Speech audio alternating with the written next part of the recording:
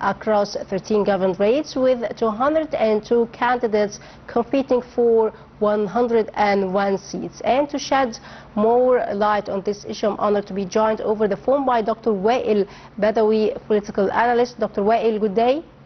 Good day, how are you? Thank you so much, sir, for joining us on Nile TV International. And indeed, sir, as we witnessed, Egyptians are keen to go to the voting stations to cast their votes, believing that their voices will count and also believing that their decisions will lead to a better and flourishing future in the country. We witnessed different age brackets, different segments of society are all keen to go to the voting stations in order to cast their votes. How do you see and evaluate the participation or the keenness of Egyptians to go to the voting stations to participate in the voting process? As you stated and as we witnessed, we have Egyptians, I want to call it, they rush. They rush and they trust that their vote will count. I believe this keenness started to flourish because what has been taken not only by our President Badawy Sisi when he wrote on social media encouraging the authority to look into deep, make a consideration to the complaints happened before, and it's not only because the actual court and the different agencies have been nullifying or cancelling some of the results and they have been to rerun.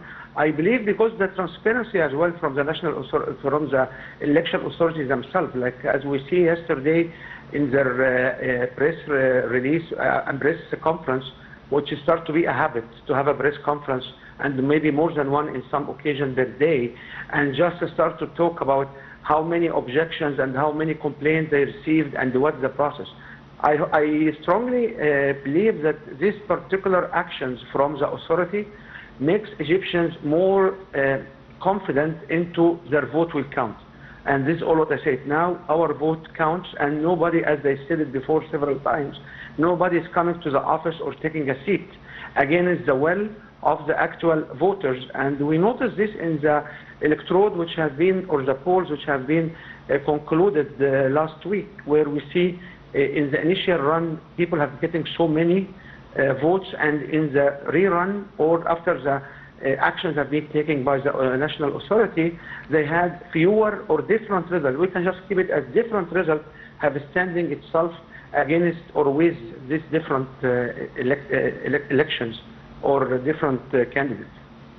Well, also, Dr. Wael, Egyptian women have always been making history, and they have been always playing a great and vital role in the society during critical times. And also we witnessed the keenness of women, Egyptian women, to go to the voting stations in order to cast their votes, believing that they have to have a voice. They came from the early morning, even before the polling stations were opened, in order to cast their votes. Also, how do you see or how do you read the witness, how do you read the keenness of women to go and to participate in the voting process? This is a natural result of the empowerment. If you remember our constitution in 2014, under our President Badawy Sisi, and our Vision 2030 of saying empowerment of women, empowerment of special need, or we call it sometimes handicap or gifted people. The empowerment for women have been going around in this country for more than 10 years now. And what you see right now is these women, these ladies, and they bring also their kids to have an early experience. Their kids cannot vote, but they witness their moms and sometimes their family. So having the empowerment for women to come and stand, we notice also that there are so many positions in the country. There are so many seats are dedicated for women. We have ministers, we have in different agencies, we have so many presidents of universities, we have so many head of different communities. So this empowerment is going on in this country in the new Egypt, or the new Republican, as we try to label it, and this is the result. They have been now pushing for this particular task of empowering women, and now they come and they believe the system, and they come and say, yeah, we are now strong enough to dedicate and state our voice And this actually is something to count very positively for Egypt, in particularly when we compare it to the neighbors or to the other countries where you talk about real democratic environments. Great. Also, Dr. Wael, as we witnessed during the elections in the different governorates of Egypt, the keenness of the elderly who went to the voting stations, leaning on walking sticks and also leaning on or walking on moving chairs, or sitting on moving chairs in order to cast their votes. And indeed, I had the opportunity while covering the elections in Al Fayoum governorate to ask one of them about their keenness to go to the voting stations, and they said that, or she said that she came for the sake of her children and also for the sake of their grandchildren, believing that they have to cast their votes for the sake of a better and flourishing future in the country. How do you read this sense of awareness, and also how do you see the keenness of the elderly to go to the voting stations and to take part in the elections? As I was saying, it's empowerment. The government early on has been stated and demonstrated in so many occasions, like we empower all different participation in our community. Elderly in particular, as you said, they come for the future of their kids.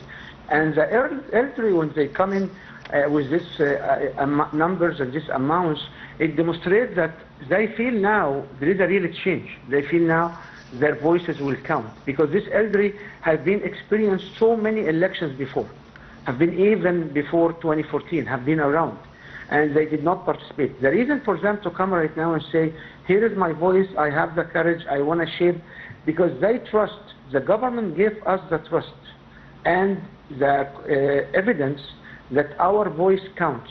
So you are now important to them, important to the government. And this is one of the early, or one of the maybe first election we have this experience. So I don't believe we have elections like this before. And this was demonstrated, as I stated, this is early demonstrated by the authority when they start to talk publicly in press conferences, live, with different governorate, and they start to illustrate and discuss and present reports in front of the public, accept so many questions, and they come forward and say, we have these issues, we have been reported these issues, we saw these issues in the social media, we are taking this action. The transparency of the full disclosure from the authorities, which we talk here about the election authority, the National Election Authority, it creates and nurtures this particular confidence. So now when I know I'm important and my voice will count, I will be keen to give my voice to the right candidate, which is, I believe, is right for my own future, which I believe I trust this candidate. And this also will create a healthy environment. It's a democratic process where majority of the candidate or the people who want to vote can vote. So we saw a woman, we saw families bringing their own kids, we saw elderly, and as you mentioned, we saw also people who are gifted or they have a special need or handicap. And the reason for them also to be encouraged to come is almost all polls, they do have an access way for handicap. Great. So they have the ramps, they have the facilities to accommodate the special need, or they call them in the law handicap. So because we have been prepared for them in this way, you don't have to climb high stairs, for example. You have a ramp. So they can pull you in and then they leave you behind the curtain. Yes, Dr. Wael Badawy, political analyst, I would like, sir, to thank you so much for your insights, and thank you so much for joining us on Nile TV International. And dear viewers, still with our special coverage on Nile TV International, the second phase of the 2025 House of Representatives elections, with polling set to continue for 2 days from 9 a.m. to 9 p.m. The National Election Authority said the runoff is being held in 55 constituencies across 13 governorates, with 202 candidates competing for 101 seats.